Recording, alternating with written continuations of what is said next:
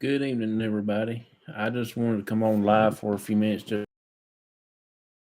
I'm here at my house, uh, where I get ready to go to bed. I just want to say Happy Veterans Day to everybody. I do appreciate all the veterans. I thank every one of them, past and present. And uh, I hate that I didn't get to go out and do the Veterans Day ones, see what war they was in or what they served in and everything like that. Veterans graves that I see. Uh, I like I said, I do thank my dad for serving. I think he was like 11 years.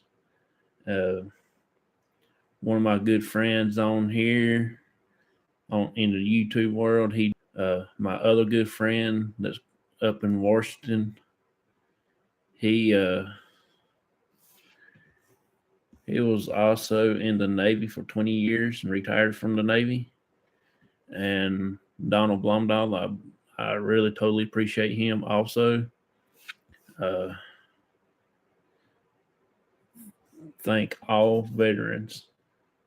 Uh,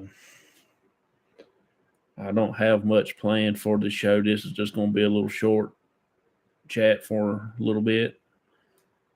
Uh, I am working on another show for next Thursday night. It's about Victorian funerals and where they held them at and stuff like that. I'm just now starting on it. I got about 2 pages worth of notes. I will be doing some more of this uh, coming up Monday and Tuesday while I'm off work, and then get everything ready for Thursday. I hope some of this stuff is interesting to some people, especially the Victorian era. That's one of my favorite eras to talk about and do some research on also. To uh, go in and do a little Victorian tradition, like go to a graveyard or cemetery somewhere and have a picnic. That's what they did in the when they went and to the cemetery. They take them a bunch of food and they would sit there and they all have picnics. Uh,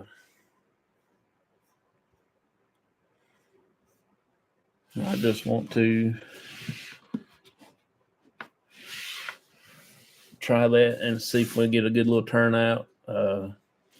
We probably will try to do me and my dad and a few others here, and we will record it also. And the thing is, they go to one of their loved ones that either recently passed away or one that's really close to them, and they will uh, just sit down and start having a picnic with everybody. The cemeteries and graveyards used to be a parks, and then they had a few graves here and there and had little memorials up and everything, and then they decided to start turning some of the parks into cemeteries back in Victorian days. Uh, that was pretty interested in everything, so I was going to let me get my paper right here. Uh, we'll go over a few little things, recap over what things we did the other night. Of course, the Victorian era is around Queen Victoria when she was queen. That's how they do the eras and everything like that. So she was actually married to Prince Albert. He was 42 years old when he passed away in 1861. And they was married for 21 years and they had 9 children. That's pretty impressive. She lived to be 81. When he passed away, uh, for the next 40 years, she wore black clothes, black everything. She mourned all over him till she passed away. Uh, all of their children, all 9 children, actually married uh, into royal or noble families across the continent. And when he died, Prince Albert, every shop in town was closed and every blind was drawn. Curtains was closed. Everything was like dead. The streets were silent and nearly empty. That means there was nobody in the streets, hardly, not even the horses or nothing. And everyone who went out were dressed in the deepest mourning clothes. That means everybody that was in the town, or if they went out about, they was in dressed solid black. So that was reason all the black clothes for the funeral. That is reason why you see a lot of people in that does the funeral stuff. They always wear black. And that's how it got started. Nowadays, they don't really do that much black stuff. Uh, the Queen, she kept everything just like it was when Prince Albert was alive. Even his room, everything that he had going on for him, she kept it just exactly like it was, such as places that they had visit. Every room had a statue of him in it, not just in their house, but everywhere else that he has went to. Uh, like I said, she continued to mourn over Prince Albert by wearing black for the remaining 40 years of her life. That's a long time just to be wearing black. I like black clothes, but I couldn't wear it every single day, constantly. In the cemeteries, how you can pretty much tell Victorian cemetery, of course, with real old stones that dates back uh, late 1800s to early 1900s. Uh, let's see. Yeah, late 1800s. Well, 1800s to uh, early 1900s, what I should say. Uh, that was the cemeteries have rolling grounds. That means pretty hilly, numerous trees, and lots of pathways in between the trees, such as like little patch of woods here and there.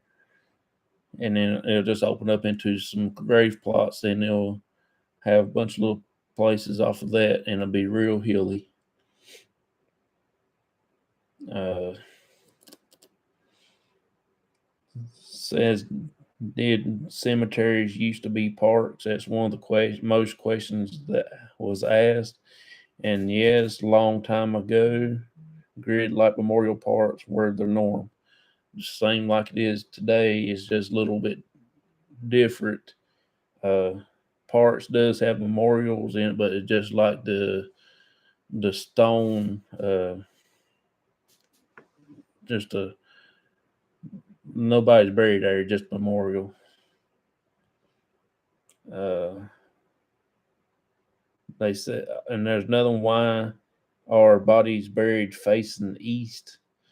Just because most Christians tend to bury their dead facing east. This is because they believe in the second coming of Christ, uh, that he will come from the east. So they do that just to be, uh, so they can meet him when he comes. and it says they placed their dead in the position so they can meet Christ face to face during his second coming. And I got another one right here where I had, it says, let's see. Oh, what did Victorians do at funerals? See, they didn't have funeral homes back in the day, so they done the funerals in the parlor, what we call living room today. That's where they hold the funerals, and it's called a waking.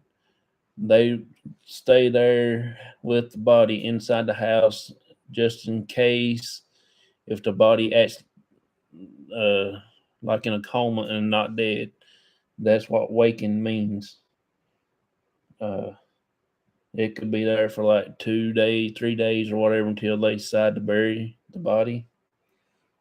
Uh, they carry the deceased out of the home feet first so they couldn't look back and call someone else to follow them.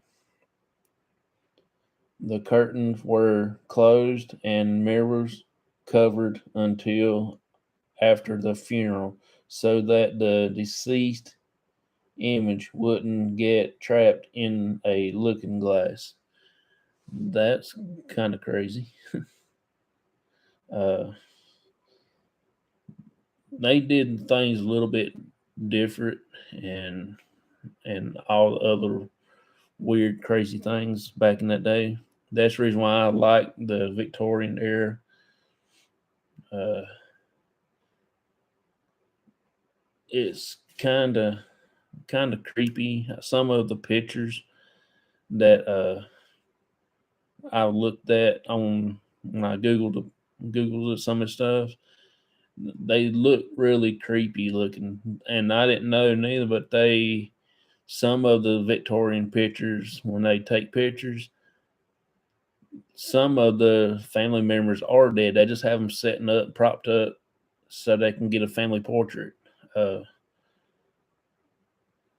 that's the way they did back in the old West. Also, when somebody dies and they didn't get a chance to have a family portrait, they will fix the eyes where it still be open until they get the picture took, and then they will go ahead and have the body fixed and laid to rest. Uh, Another main most asked question: why do cemeteries not smell? The bodies are mostly embalmed unless there is a religious restriction. Most time, religion is a big problem. Reason why they don't let uh, their bodies be embalmed and stuff like that. And many modern caskets are very well sealed. They put like a real heavy, thick bead of caulking around the lid and the top of the thing, the casket, so it will stay sealed. So any smells are trapped inside the coffin. Um, that is pretty interesting. Uh, let's see. They, like I said, though, they are some uh, crazy, crazy things that went on back in the day. Uh, it's really interesting to go in and look at some of this stuff. And also, there is where did I write that down at? I wrote something down earlier, right here. Yeah, there is a Victorian era funeral parlor in National Museum of Funeral History. It is in Houston, Texas. So I'm gonna go look at place up and read some stuff about it and see what they have for that. Let's see. Here's a good little thing. Of course, they didn't have vehicles to carry the bodies. They had more or less horse and buggy stuff. The hearse, they normally have black horses with black blankets, were used for those who died in old age. That's mainly for grown-ups like adults on up to the old grandparents and stuff like that. And then white horses with white blankets were used for children. And if you had black horses with white harness, that means for the children also. And if you have white horses with black harness, that means for the grown-ups. So it's a little bit confusion, but it's basically the same thing. And the ostrich feathers were used to decorate the horses, hearses, and hats of all the finest funerals. So uh, President Abraham Lincoln, his hearse, I showed the picture um, last night on the show that ostrich feathers was on top. They had 6 big uh, things on top that had a whole bunch of ostrich feathers in it. That's why they decorated his hearse, and it was solid black with windows in it. I think a few windows on each side, and I think he was the only one that used that one.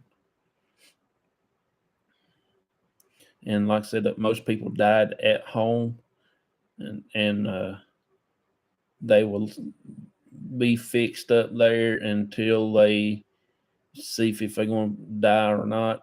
Well, not if they're going to die, but if they are dead, that's what they mean by waking, just in case the body has uh, waking up. It could be sleep like we think today to be in a coma. Back then, they didn't know what a coma is, and they actually buried people alive. And they have a little bell attached to the gravestone with a string down into the coffin where uh, fixed with the people's hands. And if they actually woke up while they're in the coffin, they can ring that little bell, pull that string, and the undertaker will come and dig them back up. Hey, Native Wild Man. Glad to see y'all in here. I've really uh, just came on for chat just for a little bit. And I'm just going over a little bit on the recaps of the show last night that I did yesterday, whatever you want to say, about my Victorian era stuff.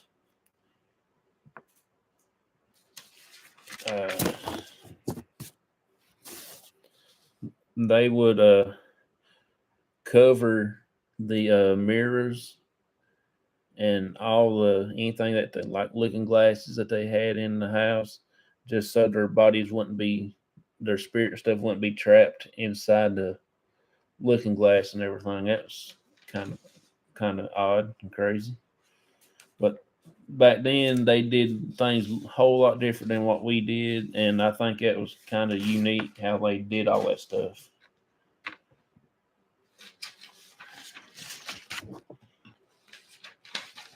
I appreciate y'all coming in.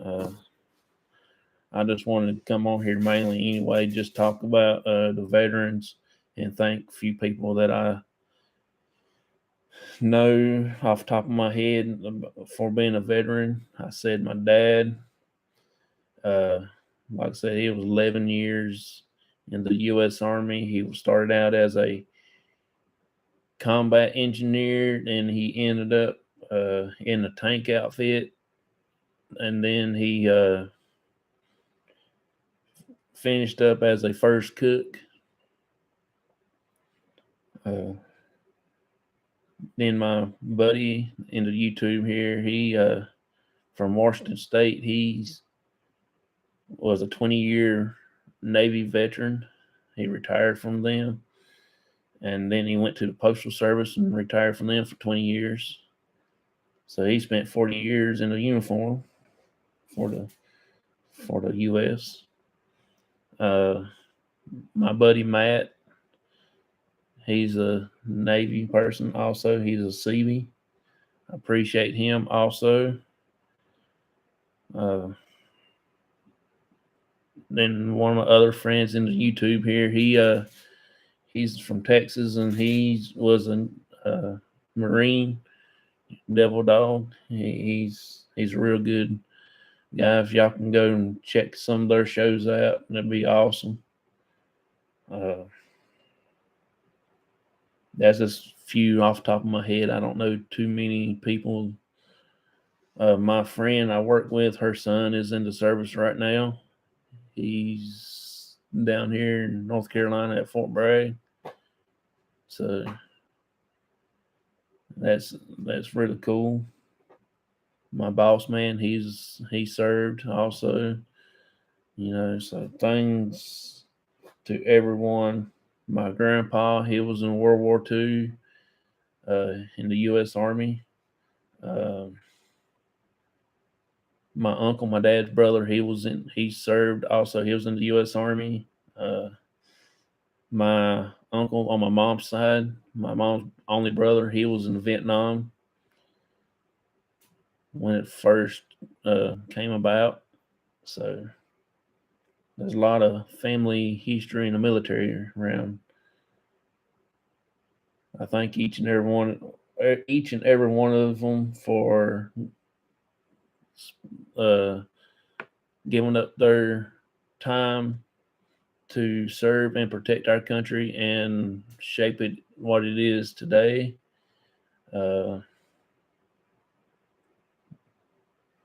I thank them for all of our freedom and everything.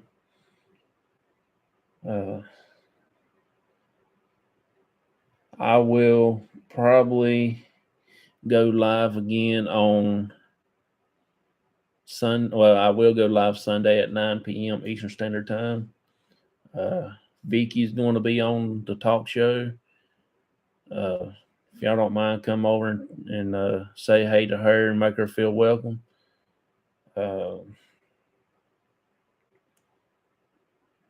Y'all just give her a good time and we'll ask her some questions. We'll find out about some things about her. She actually been in this paranormal field for quite some time, and I know she's got some pretty good stories. Next, the following Sunday after that, I have got Neil from the Night Watch Paranormal from Minnesota. He's going to be on. I know he's going to have some pretty good stories also, so I can't wait to get up with them.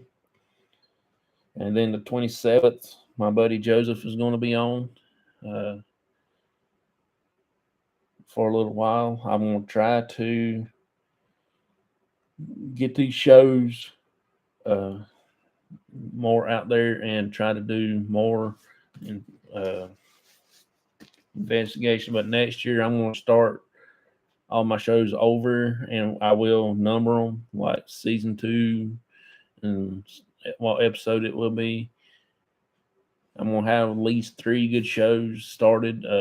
Keeping my talk show. Then I'm gonna start doing live on locations. I'm gonna number them, and my little series like my cemetery series and stuff like that. I will be numbering them. Everything's gonna be numbered. I'm just gonna have 3 little short series, and that'll be all for me. Too much research I have to do to get my little cemetery series done. And then we'll go into something else. I hadn't really figured it out yet. Uh, we'll probably start looking at some more tombstones, but I do want to read one thing out of this book. Y'all know that I'm a big Civil War uh, person. I love to both sides. Don't get me wrong, but we will be taking a look at some different Civil War uh, graves. Uh,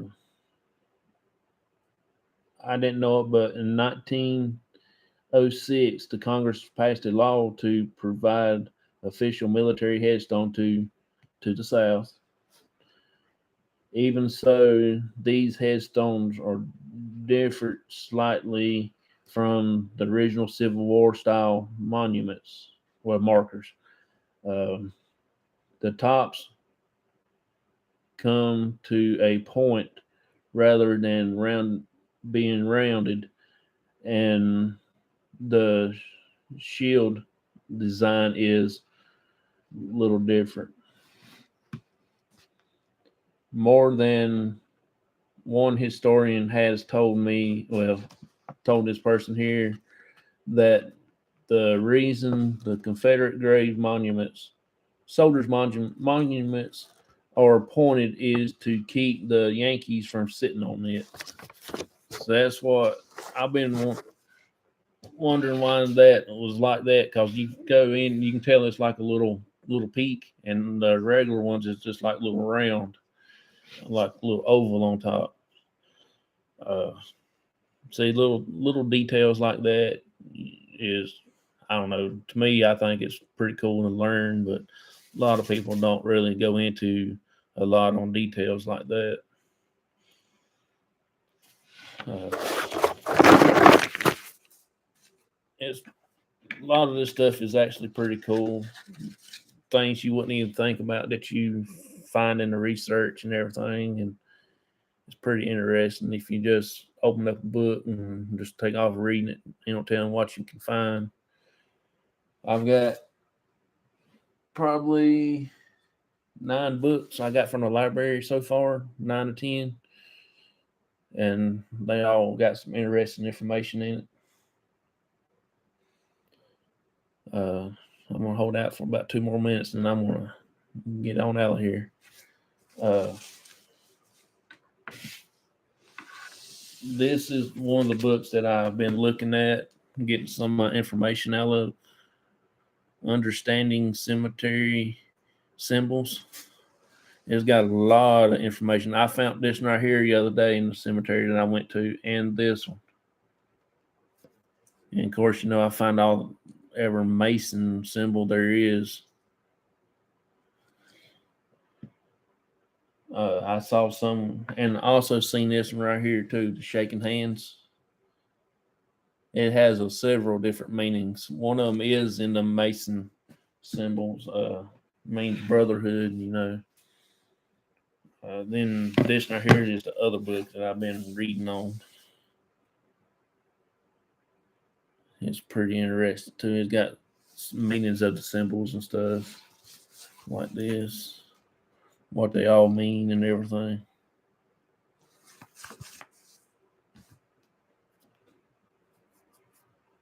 So I appreciate y'all coming in. Thank y'all a lot, and I will see y'all Sunday at 9 p.m. Eastern Standard Time.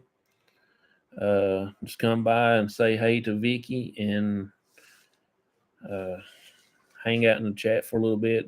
We probably won't have too many people in, but you can come in and say hey and everything.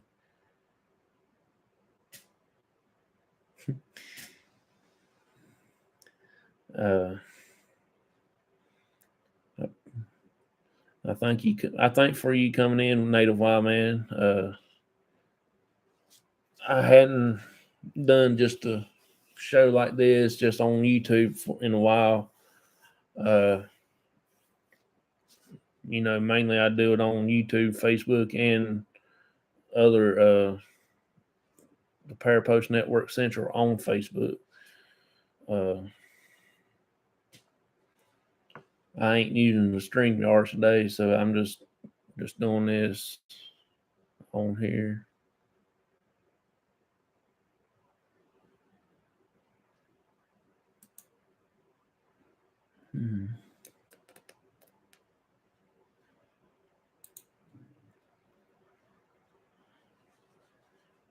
I believe I'm gonna go ahead and get on out of here. I'm getting ready for bed. I got to go work in the morning.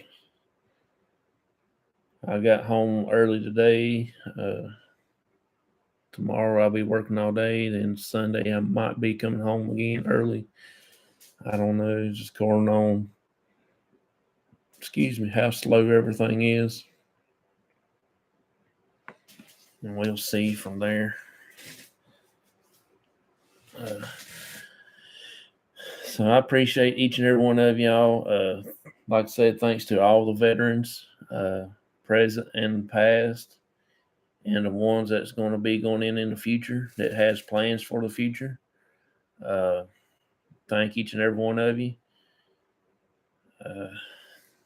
That's pretty much about all I've got to say. If y'all don't mind, just go ahead and go over and check us out on Facebook. Also, just listen as Crossover Paranormal Society. Also, and join the group, and you'll get notifications anytime. If you can't find me on YouTube, you can find me there when I do the shows. As soon as I reach 200 on YouTube, I'm going to do another giveaway. So if y'all don't mind, tell y'all's friends. I can't remember what I've got so far. Just go over to Donald Blondall's Sports Cards and More, I think it is, or Hall of Fame and More. I can't remember how he's got his listed. But if you type in his name, it should pop up. And give him a like and do everything for him. He's like I said, I called him out on being a veteran earlier, and that's the only way I know to show support. Just go over and like his videos and jump on his bus. Also, same way with the P3 program. If you can go to Paranormal Consultant Matt Barron. If you can go over to his YouTube channel and do the same thing for him, he's also a veteran. Everybody that you see a veteran, and if they have a really good show, go ahead and join it just to show that you show them support. I appreciate each and every one of you, and I thank y'all a lot, and I will see y'all Sunday.